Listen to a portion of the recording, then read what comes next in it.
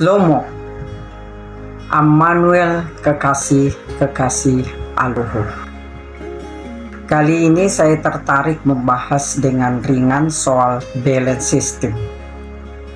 Ketika berbicara kepastian keselamatan, maka interaksi atau reaksi yang muncul biasanya selalu dikatakan itu urusan Aluhu.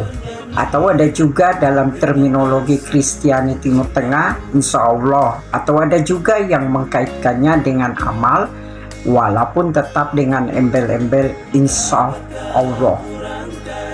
Memang itu adalah urusan Aluhu, namun tidaklah mungkin Aluhu memerintahkan kita melakukan sesuatu itu tanpa memberitahu manfaat atau kerugian dari sesuatu yang diperintahkan untuk dilakukan.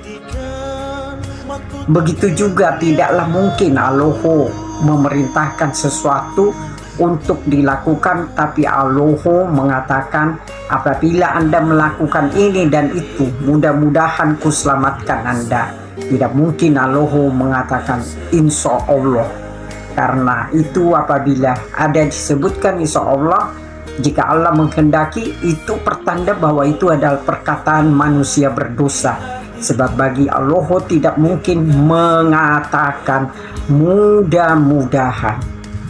Nah, kali ini saya fokus membagikan tentang keselamatan yang dikaitkan dengan amal.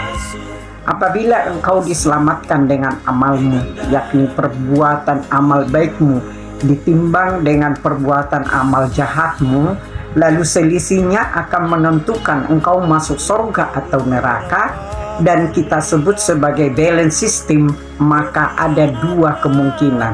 Pertama, balance system adalah menghilangkan konsep kemahapengasihan Aluhu, sebab kenyataannya Anda masuk surganya adalah karena usahamu sendiri, kekuatanmu sendiri, jasa baikmu sendiri, walaupun sebenarnya semua yang Anda lakukan tersebut toh juga dari Aluhu dan izin Aluhu. Kedua, konsep balance system adalah konsep kemustahilan, sebab jika ini digunakan menjadi standar masuk surga, maka tidak ada seorang pun yang bisa masuk surganya, sebab tidak ada satupun dari manusia yang mencapai standar Aluhu untuk surganya. Mari kita hitung-hitungan. Misalnya kita buat satuan amal, baik itu segala apa yang dikatakan perbuatan amal baik maupun segala perbuatan jahat, satuannya adalah kilogram. Maka andai kata satuan amal kilogram, maka jika kita bicara balance system, maka ketika 50 kilo amal perbuatan baiknya dan 30 kilo amal jahatnya, maka sudah pasti masuk surga, sebab perbuatan amal baiknya masih ada sisa 20 kilo setelah dikurangi 30 kilo dari perbuatan jahatnya. Ini berarti kita bisa berbangga di hadapan manusia dan di hadapan Aluhu bahwa kita masuk surga bukan karena Aluhu Maha Pengasih dan Maha Penyayang, tapi karena kehebatan kita. Oke, tapi saya bertanya, siapa kita manusia bisa membusungkan dada dan berkata di hadapan Allah perbuatan amal baik kita lebih banyak dari amal perbuatan jahat kita? Tentu tidak ada.